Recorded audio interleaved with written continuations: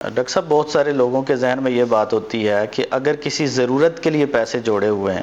مثلا بچوں کی تعلیم کے لیے، بچوں کی شادی کے لیے یا گھر بنانے کے لیے، یعنی جو بنیادی ضروریات ہیں ان میں سے کسی ضرورت کے لیے اگر کسی نے پیسے جوڑ کے رکھے ہوئے ہیں اور وہ نصاب کو پہنچ رہے ہیں،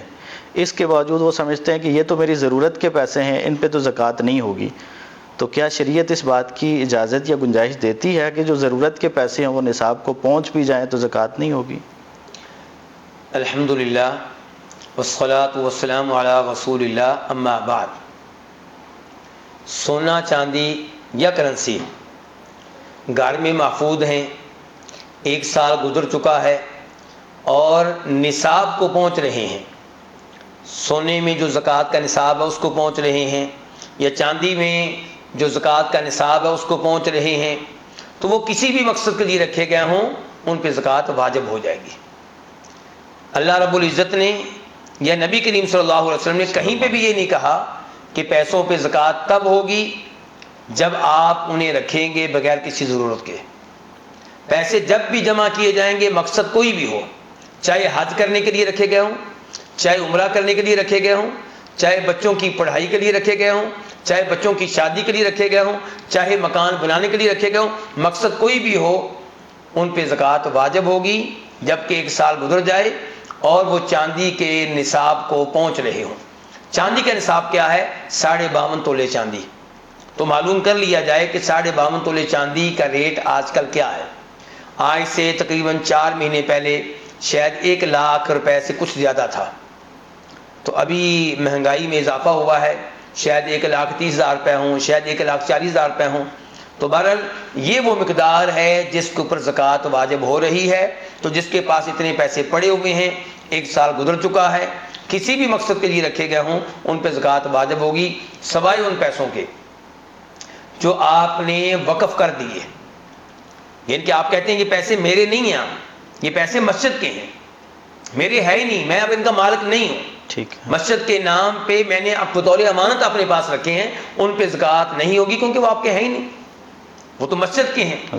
اور مسجد کا مالک انسان نہیں ہوتا، مسجدیں تو اللہ تعالیٰ کی ہیں۔ لیکن جو پیسے آپ نے اپنے لیے رکھے ہوئے ہیں، اس کا کوئی بھی مقصد ہو، ان پہ زکوٰۃ واجب ہوگی، حتیٰ کہ حج کرنے کے لیے رکھے ہیں ان پہ بھی زکوٰۃ واجب ہوگی، عمرہ کرنے کے لیے رکھے ہیں ان پہ بھی زکوٰۃ واجب ہوگی۔ اچھا، بعض لوگوں کے ذہن میں یہ ہوتا ہے کہ ایک دفعہ دے دیں گے، اس کے بعد جتنے سال بھی وہ پڑے ہوئے ہیں تو نہیں، ایسا نہیں ہے، یہ غلط فہمی ہے لوگوں میں۔ جب آپ کے پاس پیسے پڑے ہوئے ہیں اور وہ چاندی کے نصاب کو پہنچ رہے ہیں، مثال کے طور پہ 1,50,000 روپیہ ہے، ٹھیک ہے، وہ آپ کے پاس پڑے ہوئے ہیں، اور آپ کے پاس 1,50,000 روپیہ یہ پورا ہو چکا تھا شوال کے مہینے میں،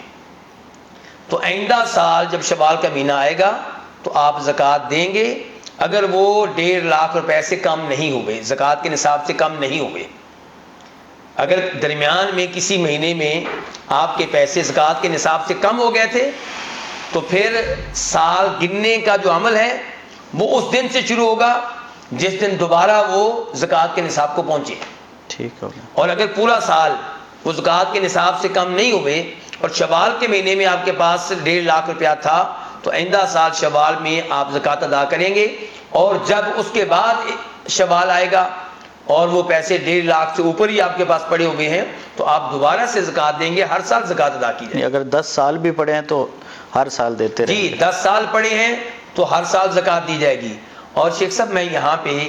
اس امر کی طرف بھی توجہ دلانا چاہوں گا کہ زکوٰۃ کو بوجھ نہ سمجھا جائے،